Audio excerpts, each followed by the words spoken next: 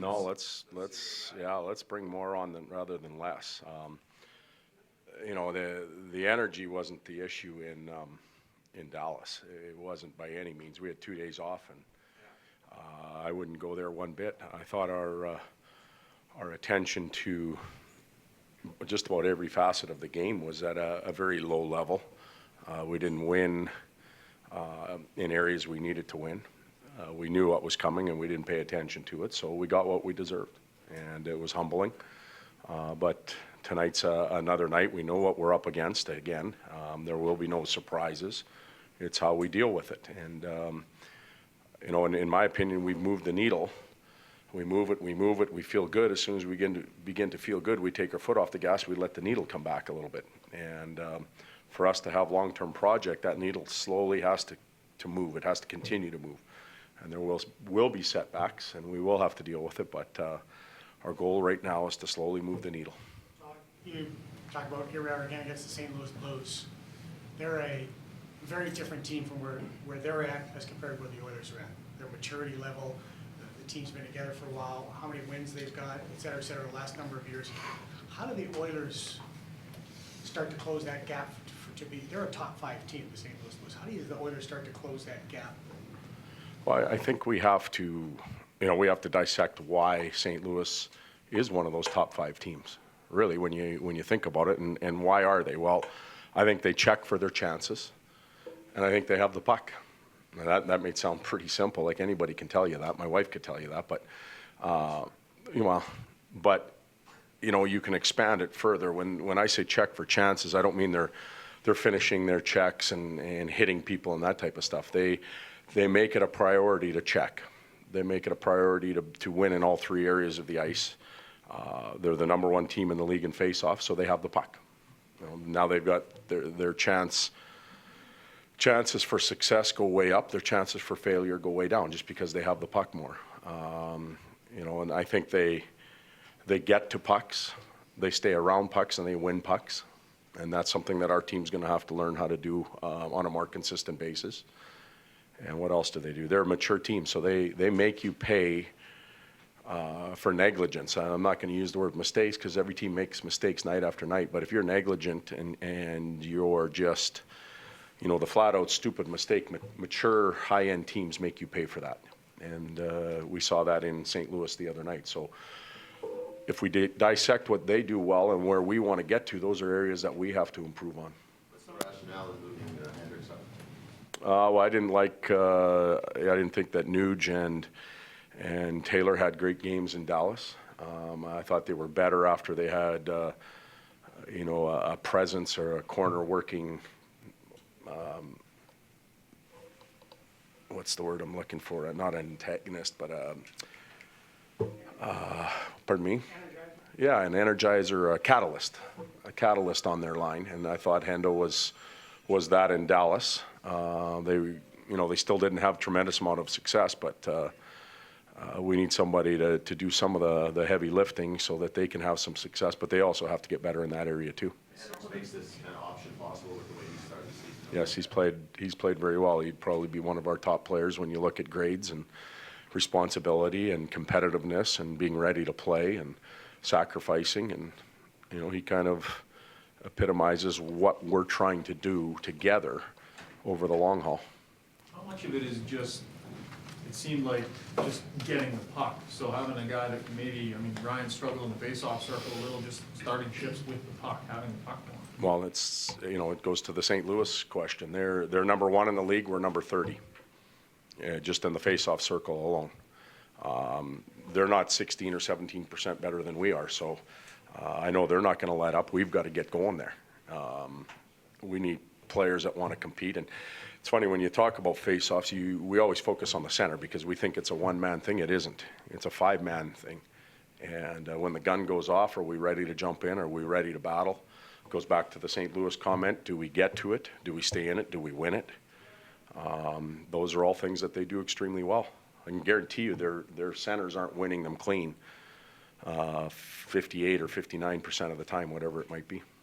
For you, though, when you were in San Jose, Joe is so good at face-off, both Joes. Yeah, we had a very good group, but they worked at it.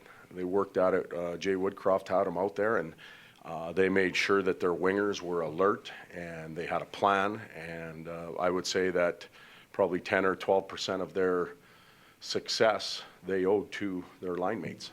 And that has to happen here. It has to get better. Todd, when it comes to Connor, he's gone through every milestone, he's had it all. Does it help that he started the season on the road when it comes out for the home road? There'll be a lot of excitement, a lot of tension on him. Probably, we haven't won, so that you throw that into the mix of emotions that are going to go through Connor's mind as an individual. That plays on him, I'm sure. He wants to win, and he's like everybody else. But having played 3 games, probably getting the goal that he got in Dallas saves the questions that he would get asked today. Now you guys aren't going to ask them, so that's nice. It lets him off the hook there. But there are relief periods for him as the season goes on. I think after today, the home opener's over, so we'll never talk about that again with Connor.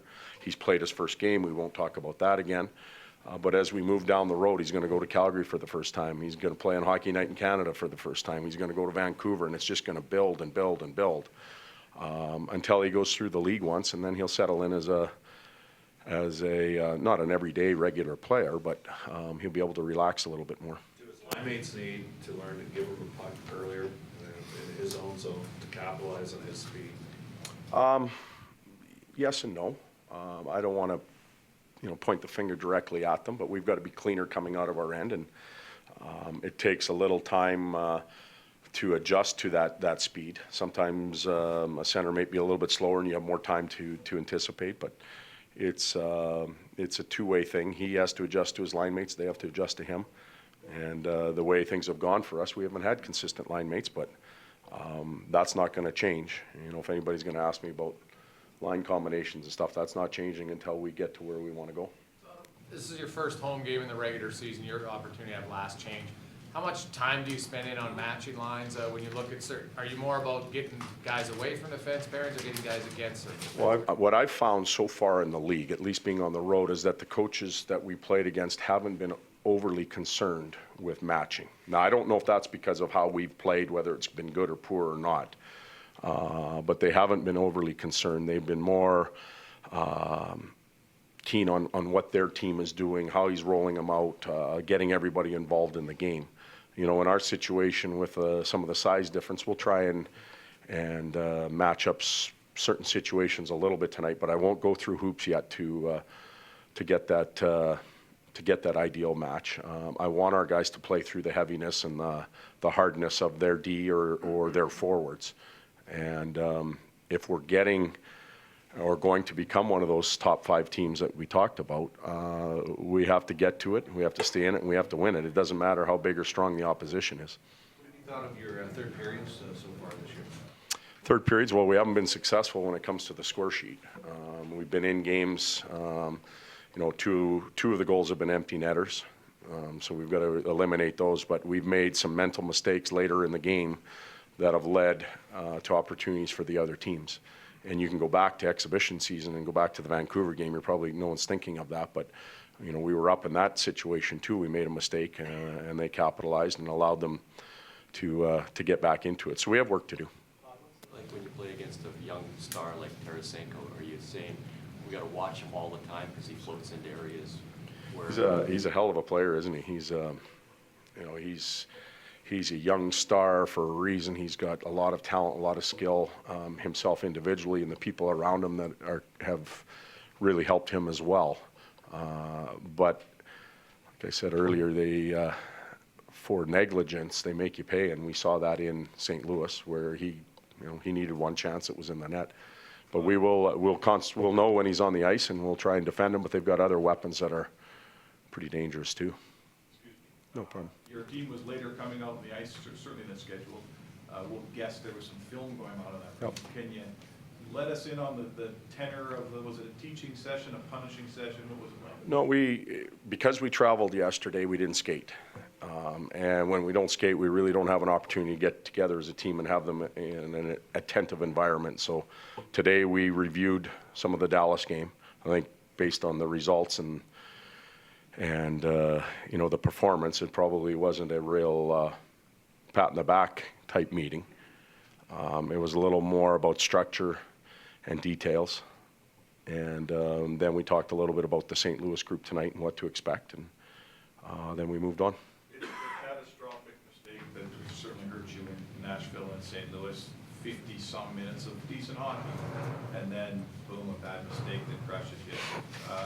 How do you teach that out of your game? You stick with it. First of all, the intent's not there. The intent on the mistakes weren't there. They erred, and that was one of those negligent situations where teams make you pay for it. Mature teams make you pay for those. Some of it is actually the intention is the right play, but the execution's poor, so we need to continue to practice. We need to set those situations up in practice so that we can relive them over and over again and make the right decision and execute the right way. But often in a game, it's fatigue comes into play, stress comes into play, and then you make the mistake and it's in your net. What did you like from Reinhardt in the first game, and how long do you plan on rotating your numbers? Everybody on our roster has been involved in a game now, and we wanted that early. I don't know that we'll rotate 8 defensemen in and out now, but everybody has had an opportunity to play. I thought Griffin played a good game. He didn't come out of the lineup in where did we go, Nashville, because he was very poor. He came out because we wanted all 8 defensemen to experience a game early in the year. He'll go back in tonight. And if he gives us the same type of game that he did in St. Louis, polish up a few areas, we'll be happy. Players out, sometimes that you realize how important he is, like Everly. All of a sudden, there's a bit of a black hole when he's not playing on right wing. Are you finding? Yeah, we feel that.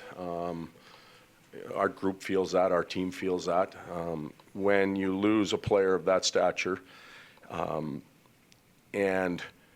the players that are underneath them, they're doing everything they can to replace them, but you just don't quite get it done. And all of a sudden, players are playing out of slots that they're normally successful in. They've got to take more on, and we feel that a little bit. I think our power play misses them. We worked all preseason with him, or most of it, and with the new groups. You put a new player in there, it's like starting over, so we miss him. And we miss him around the net because he's crafty and he has the ability to finish. He doesn't need many chances, so we miss him. Thanks, Tom. Okay.